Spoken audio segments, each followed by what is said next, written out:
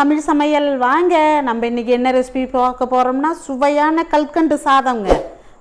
வாங்க, அதுக்கு தேவையான பொருட்கள் என்னென்னு பார்க்கலாங்க. 1 கப் பச்சரிசி, 1 கப் டைமண்ட் கல்கண்டு, கொஞ்சம் நெய், கொஞ்சம் பாசிப்பருப்பு, முந்திரி பருப்பு, கொஞ்சம் ஏலக்காய். இதில் முக்கியமானது ஒன்று என்னென்னா குங்குமம் பூவுங்க. இதை கொஞ்சம் எடுத்துருக்கோம். பாருங்கள், நம்ம எப்படி செய்யலாங்கிறத பார்க்கலாங்க. இப்போ பச்சரிசி அந்த பாசிப்பருப்பையும் ரெண்டையும் ஒன்றா சேர்த்து நல்லா ஒரு 2-3 தடவை கழுவி சுத்தப்படுத்திடலாங்க அரிசியை. பாருங்கள், இப்போ எந்த கப்பால் நம்ம அரிசி எடுத்தோமோ அதே கப்பால் 1க்கு 2.5 3 கூட வைக்கலாங்க, ஒன்றும் பிரச்சனை இல்லைங்க. சாதம் நல்லா குழைய வேகணும் இல்லைங்களா. 1 கப் பாலுங்க.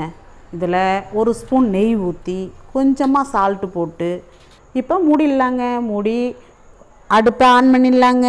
ஒரு 5லேருந்து 6 விசில் வந்துச்சா சாதம் சூப்பராக நல்லா குழைவாக வெந்துருங்க. வெந்ததும் நம்ம திறந்து பார்க்கலாங்க. பாருங்கள், விசில் வந்துக்கிட்டு இருக்குங்க. பார்த்திங்களா, எவ்வளோ சூப்பராக பருப்பு சாதம் நல்லா குழைய வெந்திருக்கு. இப்போ ஒரு மத்தை வச்சு நம்ம நல்லா மசிச்சுக்கலாங்க. சாப்பாட்டை மசிச்சுட்டு வேறு ஒரு வாணலில் நம்ம அந்த டைமண்ட் கல்கண்டை போட்டு அதில் தண்ணி முழுகிற அளவுக்கு தண்ணி வச்சு அந்த கல்கண்டை காய்ச்சி எடுத்துக்கலாங்க. பாருங்கள், கல்கண்டெலாம் நல்லா கரைஞ்சி நல்லா திட்டமான பாத்திரத்தில் இருக்குது. இப்போ நம்ம நல்லா மத்து போட்டு மசிச்சு வச்ச சாதத்தை இது கூட சேர்த்துக்கலாங்க. நல்லா சேர்த்து ஒத்தாப்பில் கட்டி இல்லாமல் ஒத்தாப்பில் நல்லா கிண்டி விடணுங்க. அவ்வளோ சூப்பராக இருக்குங்க. கோயிலில் செய்கிற பிரசாதம் மாதிரியே இருக்கும். நீங்களும் இந்த மாதிரி ஒரு முறை ட்ரை பண்ணி பாருங்களேன். பாருங்கள், இவ்வளோ சூப்பராக இருக்குது பாருங்கள். இப்போ இந்த கட்டியெல்லாம் நல்லா உடச்சி விட்டு நல்லா ஒத்தாப்பில் நம்ம கிண்டி விடணுங்க. இதில் நம்ம இந்த கலர் பவுடர்லாம் சேர்க்கக்கூடாதுங்க. அதெல்லாம் நம்ம சேர்த்தா உடம்புக்கு கெடுதல்.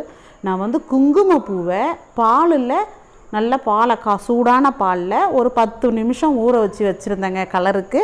அதை தான் இப்போ கலந்துக்கிறேன். நல்லா கலந்து நல்லா கிண்டி விட்டுட்டு வேறு ஒரு வாணல் வச்சிடலாங்க. நம்ம முந்திரி திராட்சையை நல்லா பொரிச்சிட்டு வந்துடலாங்க. வாணல் சூடாகிடுச்சிங்க. நெய் ஊற்றிருக்கோம் 1 ஸ்பூன். நல்லா நெய் சூடானதும் நம்ம இந்த முந்திரியும் திராட்சையும் கொஞ்சம் நல்லா செவரும்படி வறுத்து எடுத்துக்கலாங்க. ரொம்பவே சிம்பிளுங்க. அவ்வளோ ஒரு சூப்பராக இருக்கும். கோயிலுங்களில் கொடுக்குற மாதிரியே இருக்குங்க இந்த சாப்பாடு. நீங்களும் இந்த மாதிரி செஞ்சு பொங்கலை அசத்துங்க. பாருங்கள், நல்லா பொரிஞ்சு போச்சு. இப்போ சாதத்தில் நம்ம ஊற்றிக்கலாங்க. பாருங்கள், எவ்வளோ கலர்ஃபுல்லாக எவ்வளோ நல்லா இருக்குது பாருங்கள். அந்த குங்குமப்பூ அது கூடுதல் சுவையும் கொடுக்குங்க. அது அவ்வளோதாங்க, ரொம்பவே சிம்பிளுங்க. நல்லா இப்போ ஊற்றி கிண்டிட்டோங்களா. இப்போ ரொம்ப நெய்யெல்லாம் தேவையில்லைங்க. ஒரு 2லேருந்து ஒரு 3 ஸ்பூன் ஊற்றினா போதுங்க. அவ்வளோதாங்க. இப்போ இறக்க போக்குள்ள நம்ம சும்மா ஒரு சிட்டிகைங்க, ரொம்ப அதிகமாகலாம் போட்டுறக்கூடாதுங்க. அந்த வாடை அதிகமாக ஆகிடும்.